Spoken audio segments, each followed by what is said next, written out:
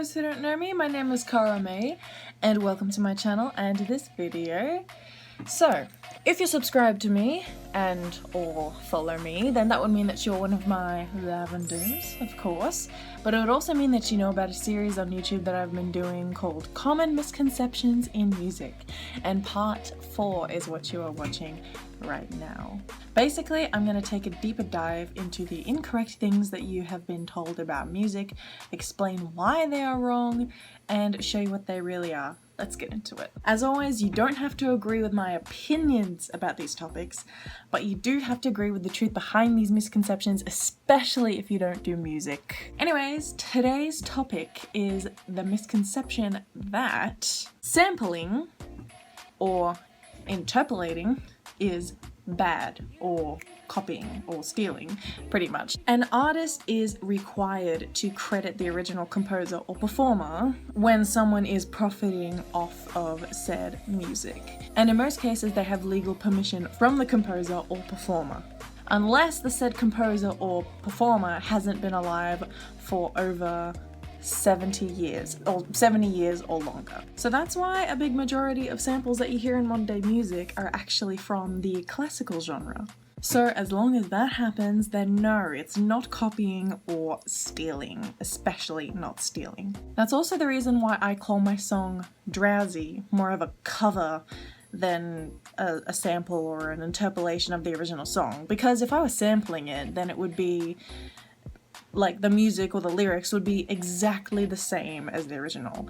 In other words, the music would be taken directly from the track as if it was cut out. But obviously it isn't. Drowsy is just all piano. So technically, in technical terms, it would be considered an interpolation. But because it's essentially the same, I pretty much just call it a cover. Like a half cover, because some of the lyrics are mine.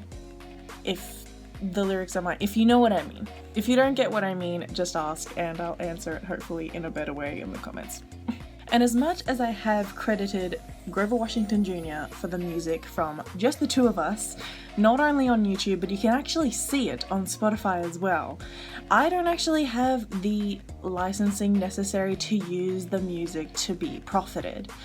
In case that wasn't obvious, because I'm not exactly a big artist or rich for that matter. That's not something that I can afford. So my song Drowsy has pretty much been set so that I don't earn money from its streams. No matter how big the song might get, I won't earn anything from it. And it's the same way with other covers too, actually. It's just the harsh reality. But it's okay, because I have my other songs on the album which are completely mine and are completely original, as well as In the Eye of the Storm, and a whole bunch of others coming, including a new single which is coming out in the next, I don't know, month or two maybe. I'll figure it out soon, don't worry. So 17-year-old me may have dodged a bullet there, but back on topic. Like I said before, as long as those rules are followed, then there's no copying or stealing, I guess, involved in sampling. Got it? Don't mess it up, okay? Because I don't want anybody getting in trouble. The only reason you might think sampling is stealing or copying is because of like a whole bunch of scandals involved with it.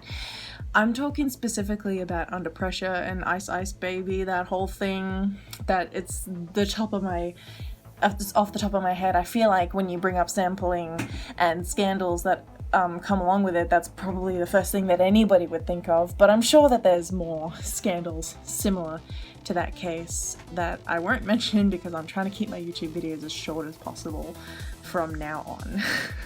Because YouTube seems to hate me whenever I upload videos. I don't get it, especially long videos. My final reminder is what I've been saying all along. Proper sampling or interpolation or whatever you want to call it, they are different, but yeah. It's not stealing or copying. Be responsible with your music, especially if you're a producer or a songwriter, and make sure you're doing things the right way, meaning don't get in legal trouble. Or don't, honestly. I mean, people have been sampling things for years without the original artist even knowing, and they haven't even gotten caught because, you know, there's people on SoundCloud doing it left and right. So if a tree falls down in the woods and no one is around to hear it, then did the tree really fall down? Yeah. Do you get my analogy here? Okay, no, but seriously though, don't get in trouble, please. And it's okay to sample or interpolate, if you can, obviously, because it's cool and it's interesting to see how artists use them, these particular samples, whether it be the whole song or just a little bit of it looped or it's one particular part. But yeah, it's really cool to see how they manipulate them in their own works. I just think that it's also as equally important to bring up the fact, or to recognize where the original sample, I'm trying to find other words to expand my vocabulary, but then again, it's only really a sample or interpolation, in my mind anyway. I feel like it's important to know where any of the samples or interpolations have come from before saying anything wild about it, because people really do like to accuse other people of stealing or copying or even just sampling in general without knowing any of the facts. But apart from that, just do your own thing and do you, without being an asshole, of course. But do you. Okay, that's all from me for now anyways. I don't know why I love to do this. It's just fun. I don't know why. It's kind of like an ASMR thing. You know when people trace on the screen? I should give ASMR a go. I think that would be fun. Okay, I'm getting all off topic. I'm gonna do that again. So I hope you all learnt something from this video.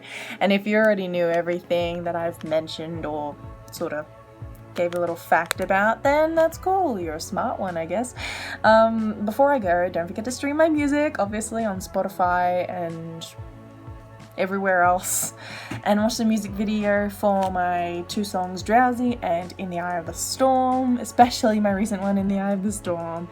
As much as they're just at home, self-made music videos, I still work pretty hard as an independent Aussie singer-songwriter, so support local artists. For now, I'm pretty sure that this is the last part of the common misconceptions in music that I'm gonna do, but check out the other videos that I've made on it on my YouTube channel, and if there are any topics that I haven't mentioned that you think I should cover, let me know in the comments and I'll write up a script for it and we'll see where it goes. But apart from that, until the potential next part, or just whenever I see you again, this is Cara May signing out. Alright, bye bye Lavenders. I love you all. See you next time.